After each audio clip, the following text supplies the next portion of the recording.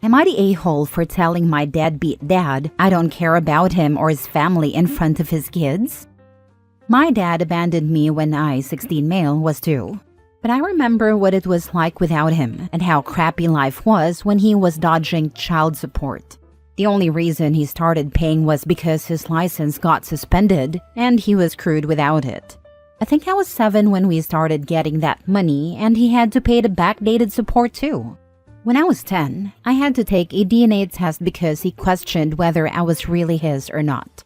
At the time, we had no idea why, just that I had to take the test. We later found out it was because he had gotten married and had a couple of kids, and he wanted to focus his resources on them instead of me. He tried to get the child support reduced, and even tried to stop paying again, but the consequences would have been much harsher if he had continued. So he started paying again. 2 years ago, he moved back here with his family. He ignored me and I ignored him. His wife approached me and my mom a couple of times, but she wasn't someone either of us wanted to talk to, so we didn't. I saw him with his kids a few times, mostly when I was walking by the elementary school or if I went to the mall with friends. He's playing the role of a good dad to them right now, or at least that's how it looks. Does it bother me? Kinda. I think it's crappy that he moved back here, instead of staying the heck away after abandoning me over and over again. I'm in therapy and I know I don't ever want a relationship with him or any of his family, including his kids. That's something therapy has helped me fully realize and work on. I won't be a prick to his kids if they approach me, but I'm not going to give a relationship any chance. I'm an only child in my heart, and that's not about to change unless my mom has more kids. The current issue is something I don't have all the details on, but his kids recently found out that I'm also his child. They wanted to know me. He tried to downplay it by saying he just found out and wasn't sure if I'd be in their family. But they keep talking about it. His in-laws are coming into town in a couple of weeks, and he and his wife know the kids will mention me. His in-laws won't like the fact that he abandoned his child. He used a different word, but he abandoned me, so I'll use that. Now he wants me to come to dinner at his house and act like we all just found out. He said he could deal with what the kids wanted after, but he didn't want his in-laws to know the truth. He approached me at the mall to ask me to do this. I told him no and started to walk away. He had his kids with him. I need to mention that. I didn't interact with them and I hardly interacted with him. Like I said, I was walking away, and then he told me I owed him that much and that he was paying for me, which was more than most dads like him do. He said I could do him and his family this one thing. I told him I don't care about him or his family, and that he should leave me the heck alone like he has for the last 14 years. Then I moved faster so he couldn't keep talking and annoying me. When his wife found out, she went to mom at work. My mom works at a popular store in town, and she had seen his wife there a lot. His wife told my mom she needed to teach me to react better in front of kids, and that I didn't need to be cruel. My mom got mad about the encounter and told me I did nothing wrong. But I guess I do feel kinda bad for saying it in front of the kids. Not that I want to seek them out and apologize or anything, because I don't want to engage at all. But am I the a-hole? Not the a-hole. He brought the kids with him on purpose to use as leverage. So it's on him, not you. You tried to walk away and not involve the kids, but he wouldn't let you. Good for you for staying strong. It was a manipulation tactic. So was him cornering the kid on his own, in public. It's also a manipulation tactic to show up at his mom's job to shame her. This could have been an email request, but I guess you can't get the emotional manipulation they're looking for over email.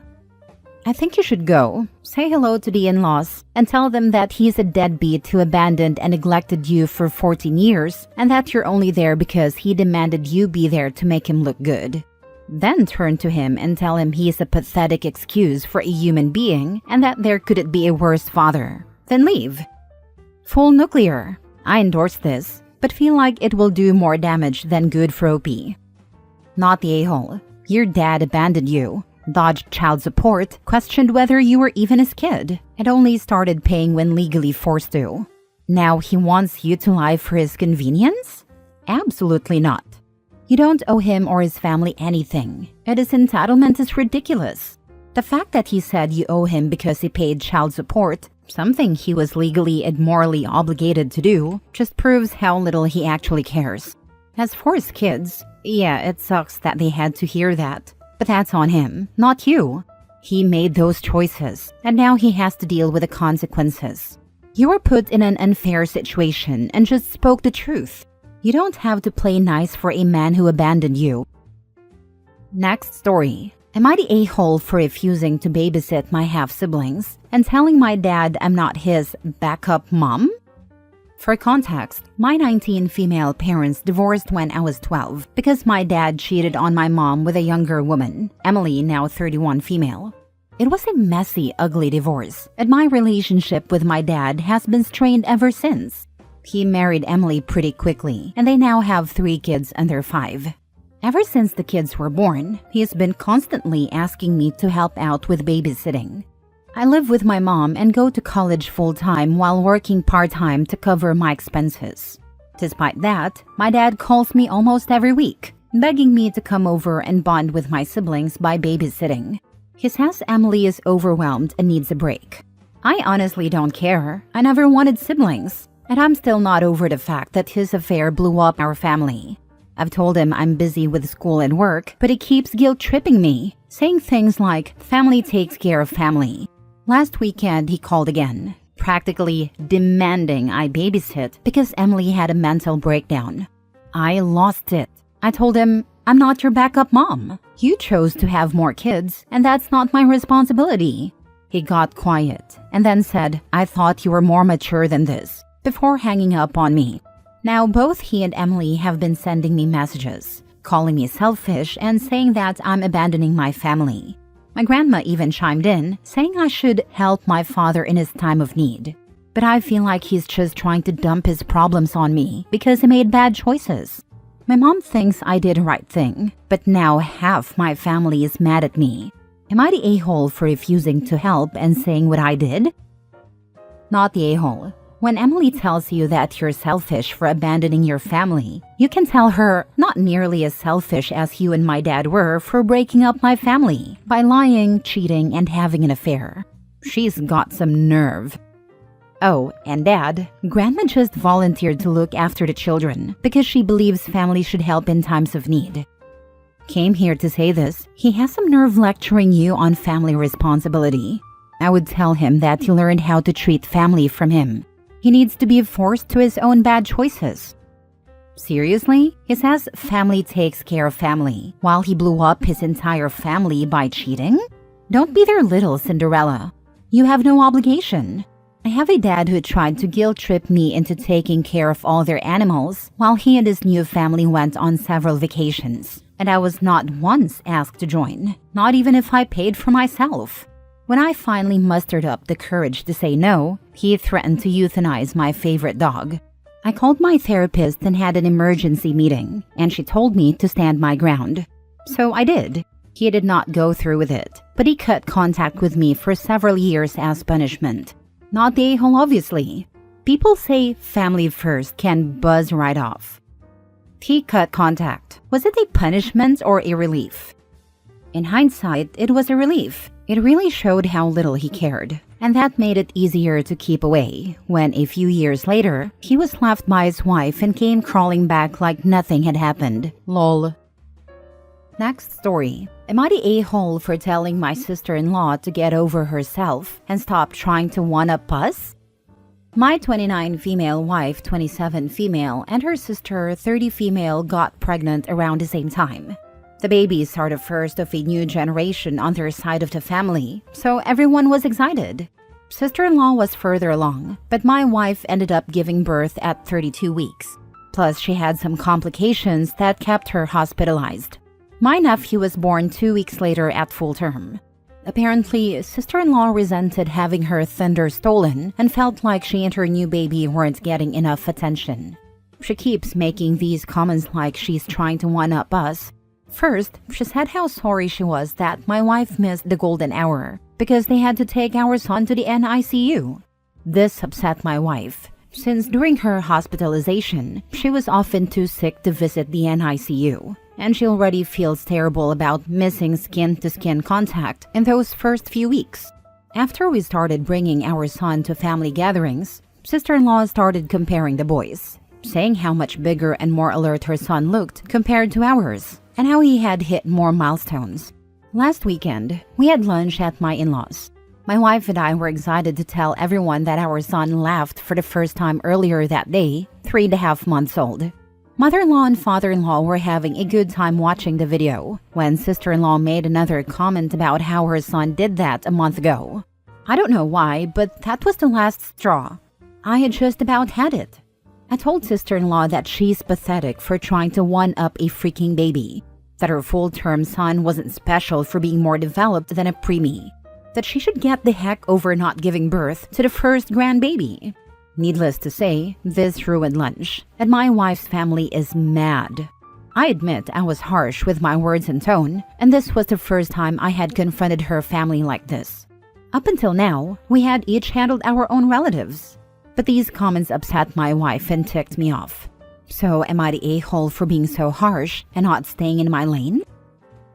Not the a-hole. How did your wife respond? Happy that I spoke up, because she was having a hard time telling her sister it makes her feel like crap, but feels bad that they're mad. Then you're good. You stood up for your wife and child and she appreciated it. It would be helpful if she outwardly had your back to them as well. Not the a-hole. Your sister-in-law is a grown woman competing with a preemie. That is embarrassing behavior, and someone needed to call her out. Your wife has already been through hell and back with a traumatic early birth, an ICU stays, and recovery. And instead of supporting her, this woman is out here making passive-aggressive jabs about things your wife already feels heartbroken about? Absolutely not. And the worst part, she's acting like her full-term baby is some kind of prodigy, when, newsflash, that's just how development works. No one is shocked that her baby hit milestones sooner, because he literally had a 2-month head start. That's not an achievement, that's basic biology. Your reaction was warranted because this wasn't a one-time slip-up. This was a pattern of nasty behavior that your wife has been dealing with for months. And instead of anyone else in the family checking her, they've been letting her act like a jealous brat. And now they're mad at you because you finally said what everyone else was thinking? Too damn bad. Maybe they should have spoken up sooner, and you wouldn't have had to. You weren't harsh. You were correct. She needs to get over herself and stop trying to compete with a baby who fought just to be here. Sister-in-law's behavior is gross. When her little prince falls behind his actual peers, you and your wife can secretly giggle. Seriously though, I hope your wife and little one are recovering and improving as expected, and will pull through all of this with time. Good for you for defending your family when, clearly, no one else could be bothered. At a minimum, her parents really needed to step in, not the a-hole. Justified a-hole here. Sure, you could have handled it differently, but that might not have stopped the crappy behavior. You had justifiably had enough and said what needed to be said. Your sister-in-law will likely think twice before making any more comparisons out loud, which needed to happen. Who knows why she is doing it? She might be postpartum. She might just be jealous. None of that needs to concern you. You did what was right for your family, and you put the bully in her place. Bravo! Last story. Am I the a-hole for refusing to help my sister with her children and telling her she chose her crappy life so now she has to deal with it? When my sister, 26 female, and I, 24 female, were kids, we hated each other. My sister was very hard to get along with, and as a result, she never had any friends. She's the type of person who always thinks she's right and can never apologize or admit when she's wrong. As an adult, she still has no friends. She decided to drink the Tradwife Kool-Aid. She met her husband in college, got pregnant, and dropped out. They have 4 children under the age of 8, and the youngest is quadriplegic due to spinal damage and a birth defect. I just finished law school and I'm starting my career. My husband already has an established career and we're dinks. We don't intend on having any children. My sister has historically talked down to us at family events. She says we don't even understand what we're missing out on, that we'll never know what true and unconditional love is, etc. Very condescending, as always. Lately, she and her husband have been fighting. Apparently, per my mother, he has never let her access his income. He gives her cash for groceries. The bills and everything else have always been in his name. Apparently, he's been cheating too. My sister asked me to watch her kids on the weekends so she could save up money to evaluate her options, aka leave her husband. When she came to me and asked, I said, "But isn't being a traditional wife your calling? You've told us this several times." "You must have forgotten, but traditional wives aren't supposed to work." I kind of laughed as she explained that maybe being a trad wife isn't for her after all. Eventually, I just shut her down and told her that she picked this life. The life she has always insisted is so superior to mine. Now it's time for her to learn to deal with the problems that come with it. My parents can't watch her kids because my dad works on an oil pipeline, and my mom is already too old to be working the hours she is. Our other relatives don't live close enough to help. She also asked my parents to move in with them, but my dad shut it down. He can't really stand her kids. Am I the a-hole? My family thinks I am. I had never heard the term dink until I started my current job. Some guy was asking about my family, and I explained that my wife and I don't have kids. He goes, "You guys are dinks." And just before I could be like, "Your mom's a dink," he said, "Double income, no kids." That could have ended awkwardly, haha. That's why the couple on Doug with no kids were named the Dinks. It was supposed to seem like their last name, but had a double meaning. That's actually where I learned about the term dinks. My friend told me she loved that the Dinks' last name was a joke, and I was like, "What do you mean?" And she explained that it meant dual income, no kids. A quick Google search tells me North Carolina has a divorce from bed and board option, which allows for a court-ordered separation to help initiate that 1-year separation period. Adultery, which you mentioned, is a qualifier. Google also tells me that North Carolina allows a parent to file for custody and support even while married. You say you're a lawyer, or at least a JD, and you can't even put 5 minutes into basic research for her? Come on, do better. As for money, again, credit cards exist. She can apply for one without his knowledge and, even with a low credit limit, could afford an Uber to go to court, meet with an attorney, open up her own bank account, etc. She doesn't have any proof of his affair. He admitted to it in passing, but there are no texts or anything. I'm not sure if they would qualify for that. I don't work in family or divorce law, so I'm by no means an expert. I just know that it would not be easy or realistic for a divorce. Also, I don't think taking out a credit card to rack up debt is a smart choice. She won't have any way to immediately pay it off or even make the minimum payments and will likely just end up tanking her credit. With ruined credit and a long wait list for Section 8 housing here, I don't think she would be able to find somewhere to live. It's just not looking like a great choice overall.